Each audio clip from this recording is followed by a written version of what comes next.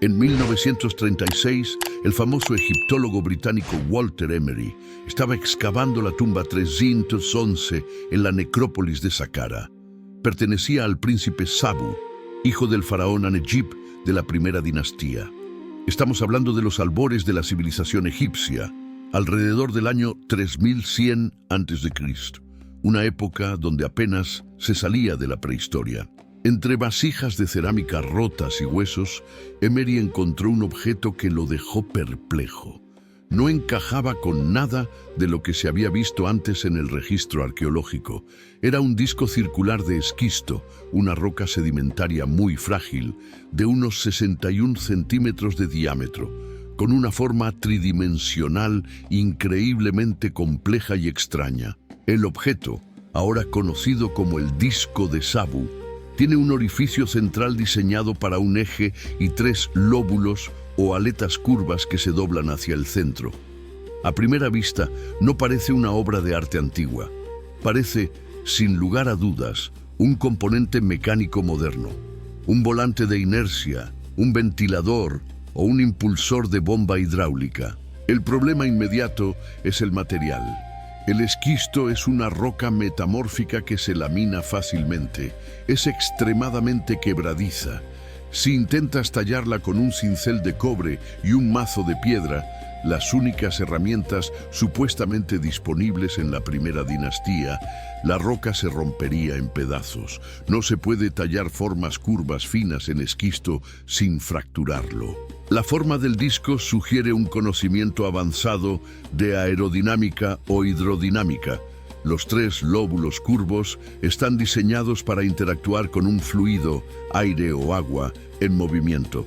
Si esto fuera simplemente un plato decorativo o un incensario, como sugieren los arqueólogos conservadores, la complejidad de tallar esas curvas sería un esfuerzo inútil y arriesgado.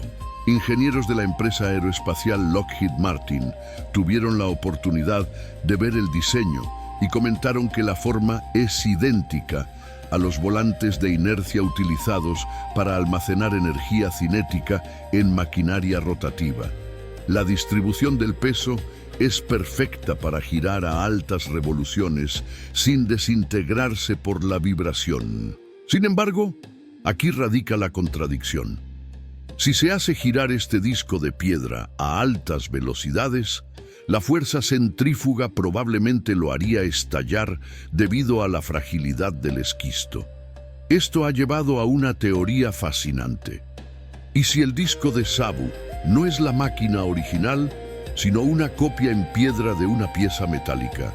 En la teoría del cargo cult, una civilización menos avanzada copia la forma de los objetos tecnológicos de una civilización superior o anterior, utilizando los materiales que tiene a mano sin entender su función real. Tal vez los egipcios de la primera dinastía vieron una máquina de metal de los dioses y trataron de replicar sus partes en piedra sagrada para un ritual funerario. Otra posibilidad es que el esquisto fuera elegido deliberadamente por una propiedad que desconocemos, o que la tecnología de corte utilizada fuera tan suave como el mecanizado por ultrasonido que no estresaba la estructura de la roca. De cualquier modo, la existencia del disco implica herramientas de precisión que no aparecen en los libros de historia. El orificio central es perfectamente circular, lo que indica el uso de un torno o taladro de columna.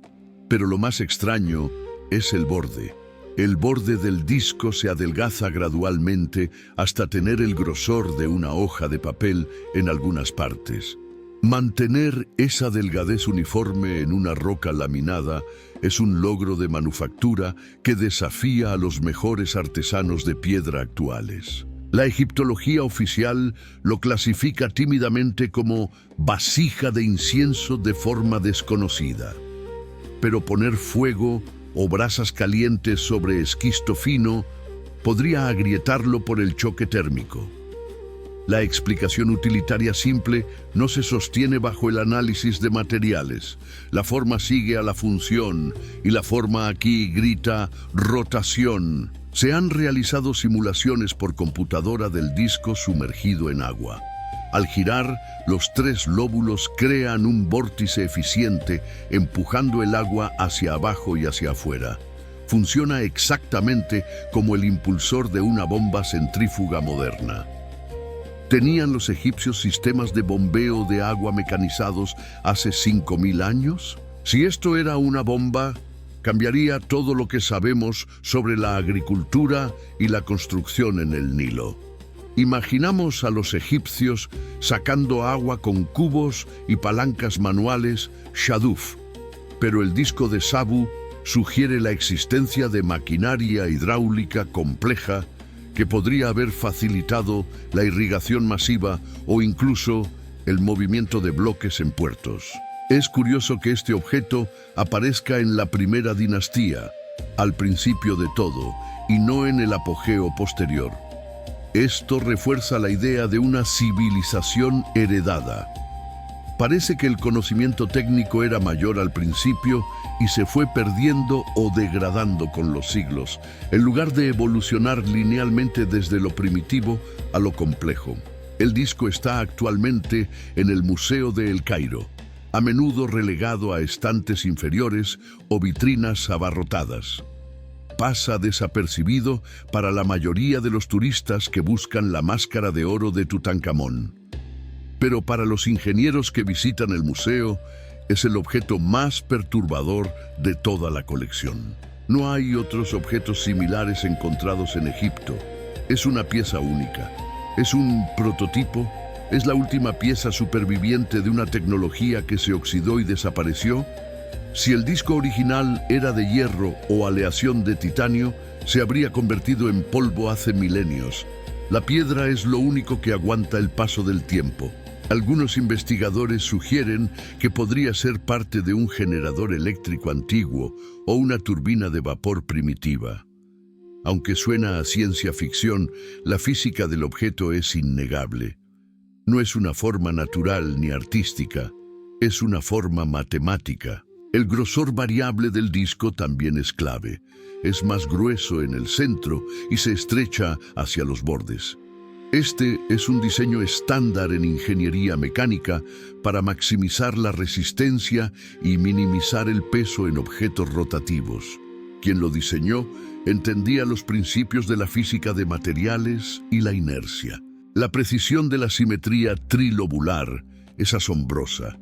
Los tres lóbulos están espaciados exactamente a 120 grados.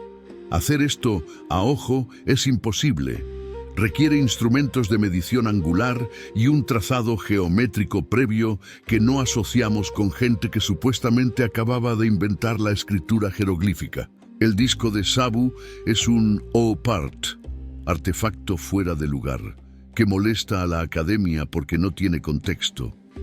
Apareció en una tumba noble, sí, pero su función es un enigma total bajo el paradigma actual. Es como encontrar un carburador en una tumba medieval. Aunque sepas dónde estaba, no sabes qué hacía allí. ¿Podría ser una pieza de un vehículo? La idea de carros de los dioses es común en la mitología. Si interpretamos los textos antiguos literalmente, a menudo describen ruedas dentro de ruedas y vehículos que hacían ruido. El disco de Sabu encaja visualmente como una pieza de motor o propulsión. El hecho de que Sabu fuera un príncipe administrador de alto rango sugiere que tal vez él era el guardián de la tecnología o el ingeniero jefe del faraón.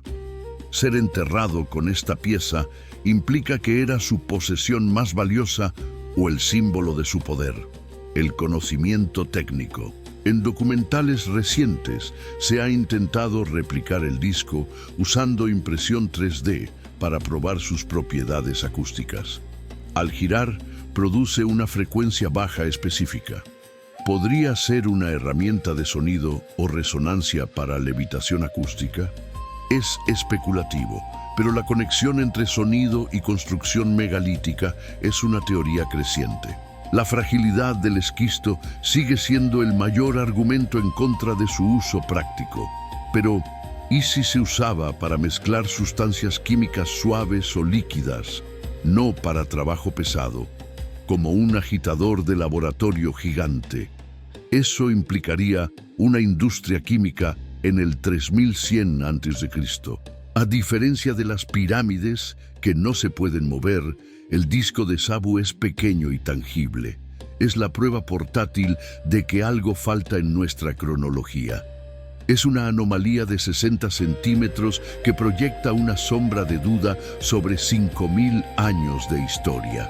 Al observar el objeto de perfil, se ve claramente cómo los lóbulos se sumergen y se elevan, creando una forma de onda. Es una representación física de una onda sinusoidal. Es matemática hecha piedra. No hay nada religioso en su forma. Es pura eficiencia técnica. Hoy, los visitantes del Museo de El Cairo pueden verlo en la Sala 43, a menudo polvoriento. Parece esperar a que alguien lo saque, le ponga un eje de metal, lo conecte a un motor y revele su verdadero propósito, despertando una máquina que ha estado dormida durante 5 milenios. La próxima vez que veas una hélice de barco o un ventilador industrial, recuerda el disco de Sabu. Recuerda que hace 50 siglos, alguien en el desierto egipcio diseñó lo mismo y se llevó el secreto de su funcionamiento a la tumba, dejándonos solo con la piedra y la pregunta, ¿para qué servía esto? El misterio no es solo el objeto, sino la mente que lo concibió.